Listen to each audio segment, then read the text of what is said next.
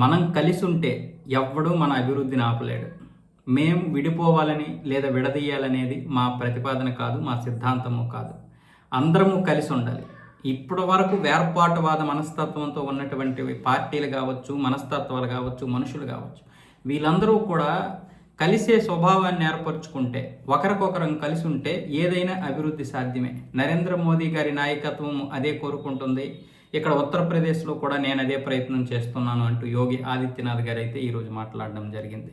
శంబల్లో మొత్తం జామా మసీదులో పూర్తిగా టైమింగ్ అయితే మార్చారు. చాలా వరకు ఉత్తరప్రదేశ్లో టైమింగ్ మార్చారు. హోలీకి ఎటువంటి ఇబ్బంది రాకుండా హోలీ ప్రశాంతంగా జరుపుకునే విధంగా అయితే ప్రణాళికలు రచించారు. ఎవరైనా ఎక్కడైనా సరే, హిందువులైనా, ముస్లింలైనా, క్రిస్టియన్లైనా సరే, ఎటువంటి గడబిడ చేసినా సరే ఒక్కొక్కరిని కుమ్మేమని చెప్పారు.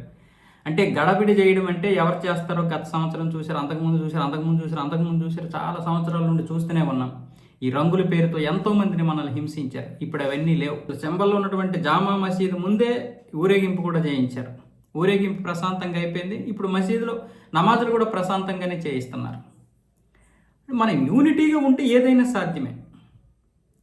రామ మందిరాన్ని వ్యతిరేకించారు, మహాకుంభమేళాన్ని వ్యతిరేకించారు, ఈ హోలీని కూడా జరపకుండా ప్రయత్నాలు చేశారు. దీని ద్వారా ఏమవుతుంది? ఒకరికొకరు వర్గపోరు తయారవుతుంది. ఇప్పటికే హిందువుల్ని రకరకాల కులాల పేరుతో, మతాల పేరుతో విడదీశారు కదా. కానీ మహాకుంభమేళ ఒక్కటే సమాధానం చెప్పింది. 65 కోట్ల మంది కలిసే ఉన్నారంటే 25 కోట్ల మంది ఇంటూ 2, 130 కోట్ల మంది కలిసే ఉన్నారు. ప్రతి ఇంటి నుంచి మహాకుంభమేళకి ఎవరో ఒకరు వెళ్తూనే ఉన్నారు. ఒకరు కాకపోయినా ఒకరైనా సరే ప్రతి ఊరిలో ప్రతి ఇంటి నుంచి వెళ్ళారంటే అదంత ఆషామాషి విషయం ఏం కాదు. మనం కలిసి ఉండాలి. మనల్ని విడదీయడానికి ఇప్పుడు ఎన్నో శక్తులు ఇప్పుడు కలుస్తున్నాయి. ఆ శక్తులన్నీ అంటే ఎవరు? Samajwadi party, Congress party, Aam Aadmi party, DMK party, TMC party, ఈ పార్టీలన్నీ కలిసి ఇప్పుడు మళ్ళీ ఇప్పటి వరకు ఈ విడదీసిన కులాల రాజకీయం చేసే కదా, ఇప్పుడు కులాల రాజకీయంతో పనిచేయట్లేదు. కులాల రాజకీయాలు పనిచేయవు. ఎందుకంటే ఇప్పుడు యోగి ప్రభుత్వం, అదే మోదీ ప్రభుత్వం వచ్చిన తర్వాత ఈ ధర్మం పేరుతో అందరినీ ఏకం చేస్తున్నారు. ధర్మం పేరుతో అందరినీ ఏకం చేస్తున్నప్పుడు కుల రాజకీయాలు పనిచేయవు. వాళ్ళకి అర్థమైపోతుంది. ఇప్పటి వరకు మనం కుల రాజకీయాలు చేసాము, బీజేపీని మతతత్వ పార్టీ అన్నాము, అయినా కూడా ప్రజల్లో ఇంత మార్పు వచ్చింది. సో నెక్స్ట్ మనం ఏం చేయాలి? సో వర్గపోరు పెడదాం, విడదీద్దాం. వీళ్ళు విడదీస్తే కానీ ఈ యూనిటీలో ఇప్పుడిప్పుడే హిందువులందరూ యూనిటీగా వస్తున్నారు. ఈ యూనిటీని మనం విడదీయకపోతే భవిష్యత్తులో చాలా తీవ్రమైనటువంటి పరిస్థితులు ఎదుర్కోవాల్సి వస్తుంది.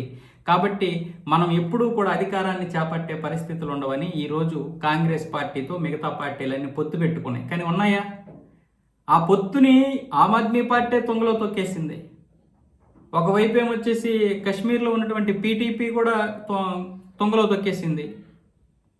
మరొక వైపు ఇప్పుడు టీఎంసీ కూడా అప్పుడే పక్కకి వెళ్ళిపోయింది.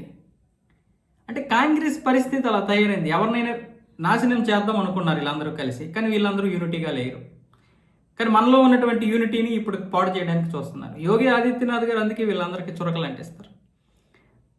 ఒక రామ మందిరాన్ని, రామలల్ల నిర్మాణం జరిగినప్పుడు ఎవడూ కూడా ముందుకు రాలేదు. కనీసం కాంగ్రెసులు రాకపోగా ఇప్పుడేమొచ్చేసి దాన్ని మేము కనుక అధికారంలోకి వస్తే బాబ్రీ మసీద్ నిర్మిస్తామన్నాడు రాహుల్ గాంధీ.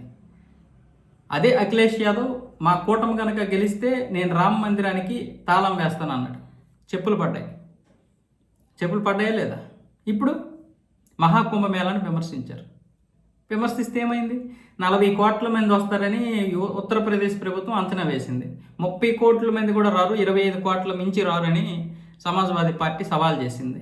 చివరికి ఏమైంది? హిందువులందరూ కలిసి ఇటు సమాజ్వాదీ పార్టీకి అటు బీజేపీ పార్టీకి షాక్ ఇస్తూ 65 కోట్ల మంది వచ్చారు. ఇది యూనిటీ అంటే, ఇది పరిపాలన అంటే. హిందువుల్లో యూనిటీ వచ్చింది, ముస్లింలకి ఏమైనా అన్యాయం జరిగిందా? క్రిస్టియన్స్ ఏమైనా అన్యాయం అయిపోయారా? ధర్మబద్ధంగా బ్రతకమని మాత్రమే చెబుతున్నారు. మీరు మళ్ళీ వాళ్ళింటికి వెళ్ళిపోయి వీళ్ళింటికి వెళ్ళిపోయి సువార్తల పేర్లతో, శవార్తల పేర్లతో మతాలు మారుస్తుంటే, మీరు మళ్ళీ వాళ్ళ అమ్మాయిల్ని లవ్ జిహాదీలతో నాశనం చేస్తుంటే తప్ప మీరు ఎవరి జోలికి వెళ్ళకపోతే మీ జోలికి ఎవడైనా వస్తే వాళ్ళకు కూడా తోలు తీసేస్తాడు యోగి. అంటే మీకు ఏదైనా అన్యాయం జరిగినా కూడా మీకు సపోర్ట్గా ఉంటున్నాడు. కానీ మీకేంటి? మీరు ఇంతకు ముందులాగే మత మార్పిడులు జరిగిపోవాలి, లవ్ జిహాదీలు జరిగిపోవాలి. అవన్నీ ఎట్లా జరుగుతాయి?